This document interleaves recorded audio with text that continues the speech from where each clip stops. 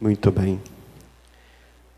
Hoje, então, sexta-feira dessa primeira semana do Tempo Comum, e nós estamos, então, refletindo, né, a carta aos Hebreus.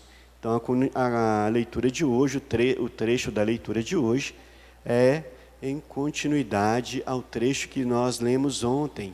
É uma reflexão sobre o Salmo 94, né? E eu queria destacar nessa leitura justamente quando fala assim,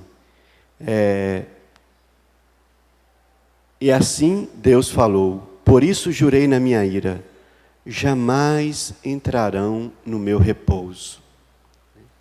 É uma exortação de Deus. Deus está exortando o povo de Israel aqui no Salmo, porque eles ouviram a palavra, viram as ações de Deus durante a caminhada no deserto, né? Mas não entraram na terra prometida. É isso que o Salmo 94 está dizendo. É uma exortação de Deus. Deus explica para eles por que eles não entrarão ou não entraram na terra prometida, no repouso de Deus. Porque ouviram a palavra, viram as ações de Deus durante 40 anos no deserto e mesmo assim duvidaram da presença de Deus com eles, da misericórdia de Deus, da proteção de Deus, do amor de Deus. Então, por isso, Deus vai dizer assim que é uma raça que não guardou o amor de Deus no coração.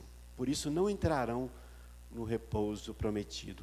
E o autor da carta aos Hebreus reflete isso justamente dizendo ao povo, para que isso não nos aconteça, para que não aconteça a mim, nem aconteça a você, que escutamos a palavra. E que muitas vezes escutamos, mas não colocamos a palavra em prática, não somos capazes de confrontar a nossa vida com a palavra, de confrontar a palavra com a nossa vida, com o nosso modo de proceder. É isso que o autor da carta aos Hebreus está nos dizendo, para que a gente possa transformar em ações concretas na nossa vida a palavra que nós ouvimos, a palavra que Deus nos transmite, a palavra que é proclamada, para que assim a gente possa participar do repouso de Deus. Ele vai dizer assim, não aconteça que alguém de vós fique para trás, para que ninguém fique para trás. Esse é o desejo de Deus, de que ninguém fique para trás, que ninguém, a gente pode até falar assim, que ninguém sobre, né? Mas que todos nós somos chamados a ouvir a palavra e a transformar essa palavra em atitudes na nossa vida. E se a gente for ler o Evangelho, é isso que acontece, né? 4 homens e um paralítico. 5 homens, né? Eles empreendem a gente pode dizer assim, né? Fazem um empreendimento até, de certo modo, perigoso, né? Porque eles tinham uma meta, tinham um objetivo, né? Qual que era o objetivo? Chegar até Jesus de Nazaré. Eles queriam colocar aquele paralítico diante de Jesus. E para isso eles empreendem então uma aventura, a gente pode dizer assim, né? Porque chegaram com o paralítico carregado numa cama, diante da casa, onde o Evangelho vai dizer que, ao saberem que Jesus estava naquela região, todas as pessoas daquele lugar acorreram para a casa onde Jesus estava. E a gente fica assim imaginando, né?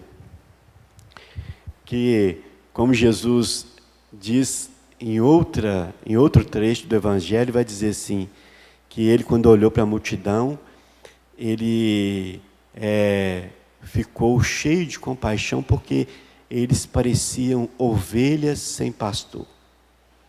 E aí dá para a gente entender por que tinha tanta gente naquela casa.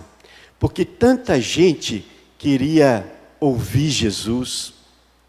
Porque eu acredito que a maioria não conseguia vê-lo, né? Porque a casa estava cheia de gente. Mas eles foram lá para ouvir. Porque talvez fossem mesmo assim, se sentissem assim como ovelhas sem pastor, sem às vezes perspectiva na vida, né? Sem um rumo, sem um objetivo, né? Mas eu acredito que esses 5, os 4 amigos e o paralítico, eles com certeza já tinham escutado a palavra, porque tanto que foram lá. Eles já haviam escutado a palavra e por isso foram e não mediram esforços para colocar o amigo diante de Jesus.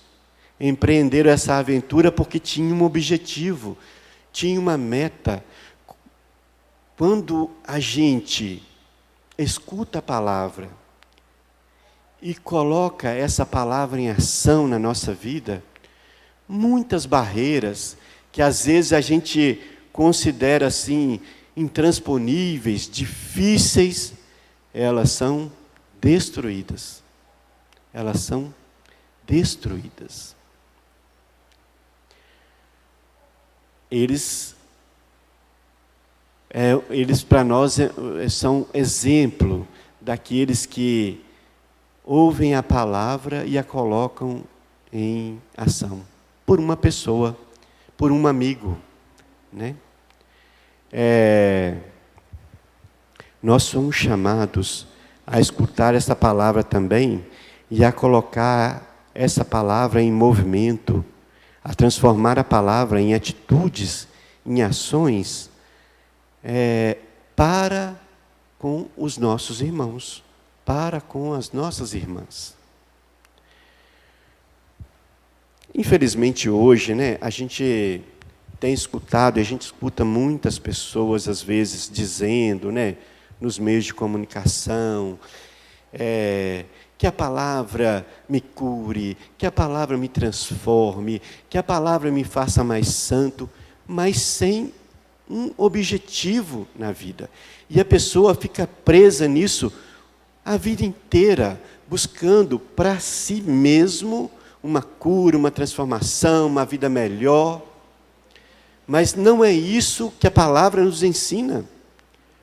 A palavra, ela nos coloca em ação na direção do outro, para o outro, né? É assim que a palavra vai nos transformar, é assim que a palavra vai nos curar, é assim que a palavra vai nos libertando. A palavra nos liberta primeiro de nós mesmos, do nosso egoísmo, da nossa autossuficiência, do querer tudo para a gente mesmo, de preocupar só com o nosso quadradinho. Se o nosso quadradinho está bom, está tudo bem. Mas se tem um probleminha no nosso quadradinho, está tudo mal. Então a palavra nos liberta disso. A palavra nos faz enxergar que é para o outro que ela me envia.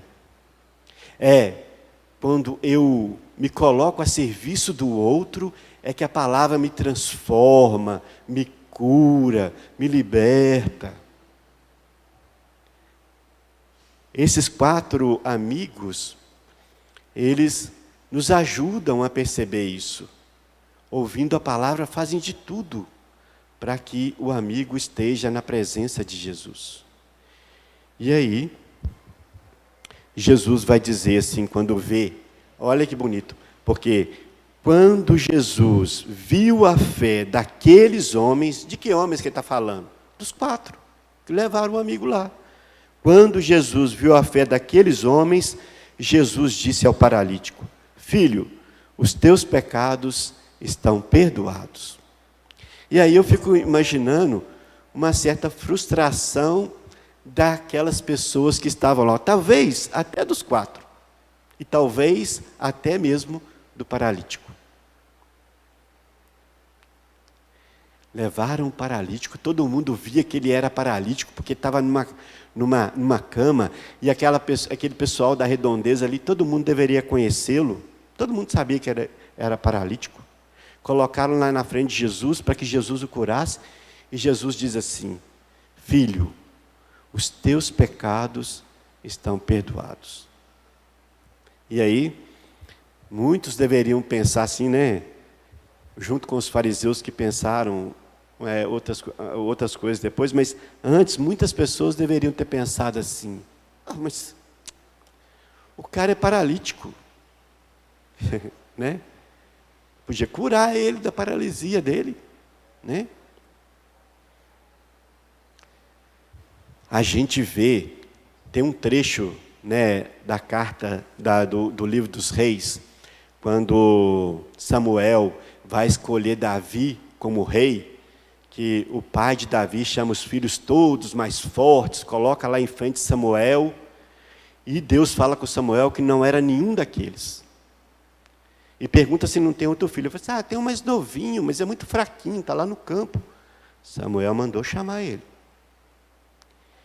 E aí Deus diz para Samuel assim, lá no coração de Samuel: o homem vê o exterior, mas eu vejo o coração.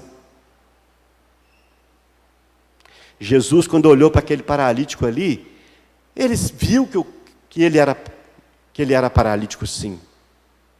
Mas Jesus viu a ferida que mais machucava ele, que é aquela ferida que fica no coração.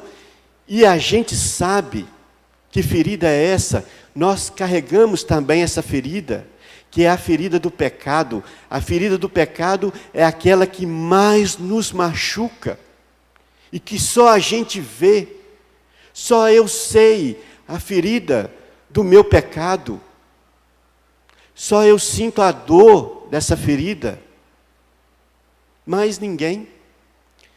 Mas Deus vê essa ferida, e Ele toca nessa ferida. Sabe por quê? Sabe por que Deus faz isso? Porque essa ferida, a ferida do pecado, o pecado nos leva à morte. O pecado nos mata. E é por isso que Deus toca nessa ferida primeiro. Por isso que Jesus vai, né, nessa ferida primeiro e diz: filho, os seus pecados estão perdoados. Porque é dessa ferida que nós precisamos ser curados verdadeiramente. Os outros são apenas acessórios, as outras curas, as outras graças na nossa vida são, podemos dizer assim, como periféricas. Não é a coisa mais importante. Porque quando Jesus diz assim: filho, os teus pecados estão perdoados, isso quer dizer que aquele filho de Deus, que porventura pecou, fez coisas que o afastaram de Deus, Jesus estava reconciliando esse filho com Deus. É essa reconciliação, irmãos e irmãs, que nos traz a paz verdadeira. Quando a gente se arrepende dos nossos pecados, quando eu e você nos arrependemos dos nossos pecados, procuramos a confissão com um firme propósito de emenda, de não pecar mais, de lutar, né, para que a gente não peque mais, é aí que nós somos curados no nosso coração, porque nos reconciliamos com Deus. Aí é que nós encontramos aquela paz que a gente tanto busca. Aquela paz que pode ter um tumulto do lado de fora, mas dentro eu estou em paz. Então que Deus nos ajude, né? Ajude a cada um de nós, né? Para que a gente possa fazer esse caminho. escutar a palavra, confrontar essa palavra com a nossa vida e a gente perceber e realizar, né, buscar fazer as mudanças que a gente precisa fazer. Arrepender do pecado, procurar a confissão, mudar de vida, né? Que Deus nos ajude, que Deus nos dê a força, que Ele nos inspire, né? Para que o Espírito Santo faça com que a palavra que a gente